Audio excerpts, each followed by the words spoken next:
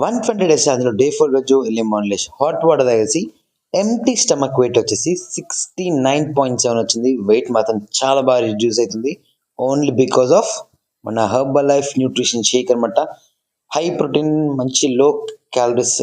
So lunch లో వచ్చేసి మంచి పన్నీర్ అండ్ సలాడ్ తినేసాను. సో జిమ్ లో మాత్రం ఇరగదీసాను ఈరోజు.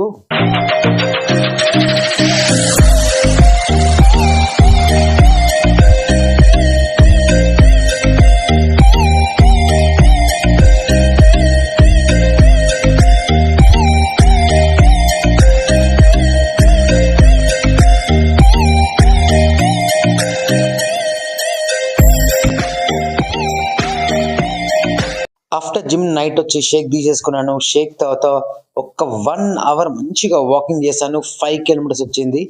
సో వాకింగ్ అయిపోయాక నైట్ మన స్కిన్ కేర్ కోసం హెర్బల్ లైఫ్ స్కిన్ బూస్టర్ తాగాను. Signing off.